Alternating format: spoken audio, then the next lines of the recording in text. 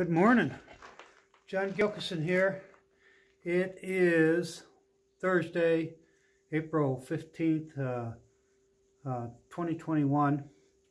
And I had a couple charts and graphs here I wanted to share with you. This is kind of an eclectic mixed bag, but I think you'll find it interesting. This first thing is a carpet graph, which it's kind of unusual. It was published quite a while back, and what this shows is a method for estimating automobile drag coefficients. And what we have here is a vehicle. It's 22 square feet and it's 3,400 pounds. And the way this works is this is the road load horsepower right here. You'd have to convert this into kilowatts for what we're doing nowadays. But over here is your drag coefficients. You start out at 0.1, 0.2, 0.3, 0.4, and so forth. And right here's your road speed: 40 miles an hour, 50 miles an hour, 60, 70, 80, 90, and so forth. So this is a real useful graph. It tells you a lot in just one graph. And it's the only thing about it is this 22 square feet wouldn't dovetail with most modern vehicles. It's back in those days there were more sedans and less SUVs. And since we've tended to get rid of saloon cars and we're going to taller SUVs, slightly wider, we have more frontal area generally. But what you can do is adjust. So for example, if you had 25 square feet of frontal area rather than 22 square feet, you could adjust that by the CDA. Now Phil's going to redo this graph, and it needs more granularity. But anyway, let's say you had a 0.2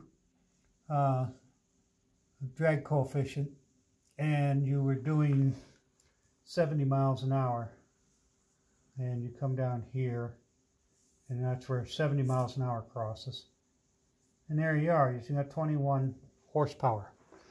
Okay, and that's going to turn out to be 1.3414, I think, divided into that would somewhere end up around 17 some kilowatts. I haven't done the math, but I'm just doing it off the top of my head. So you can see a low drag coefficient, 0.2, 0.1, is way down here, but 0.3 and 0.4 is up here. So the same vehicle, 70 miles an hour, a 0.4 drag coefficient like my truck, and you come down here and you're going to need 33 or 34 horsepower. Okay, so, and that is for this 22 square feet of frontal area. My vehicle is 36 square feet of frontal area, so you'd have to adjust the CDA. And the CDA is inherent in this, obviously, because a 0.2 drag coefficient times 22, that is your CDA. So you can calculate your CDAs for any of these things. So I'm going to let this go right now. We're going to revisit this later. We're going to get a larger graph with more granularity and some adjustments. Maybe we'll get this to adjust these to read out in kilowatts. That would be helpful. So now the next thing we have over here is we have two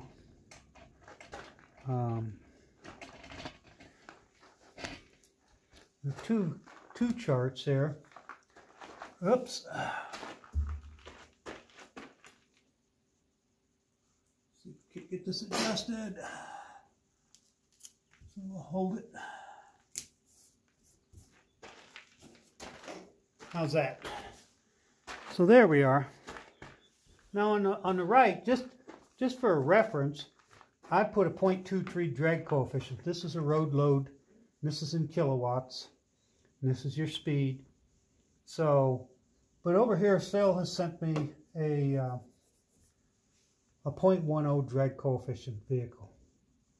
So, as you can see, the differences are startling. One of the points I've always talked about is the 50-50 point. So roughly here, around 90 miles per hour, at 0.10 drag coefficient, you're at 90 miles per hour, you're still only requiring 23 kilowatts for your load. So obviously at around close to 33 kilowatts, you're still at 100 miles per gallon in an electric vehicle. And you're way over here. And if you come down here, you're doing 115 miles per hour and you're still getting 100 miles per gallon. That's freaking amazing. If you can imagine a 0.1 drag coefficient, electric vehicle would be a major coup.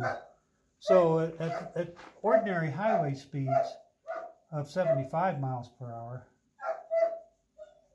you'd be somewhere around 16 or 17, about 16.5 kilowatts. And I'd have to do some calculations on that, but the miles per gallon E would be way up there in the high 100s, towards 200 miles per gallon, over 150 for sure. So, and this is the other one. This is just comparative. So again, at 100 miles per hour, we're getting 86 miles per gallon with a 0.23 drag coefficient. This specific graph is to represent a Model 3. Okay, so and at 75 miles per hour, we're with a range of 275 miles, and we're doing 120 miles per gallon. Okay, so there you have it.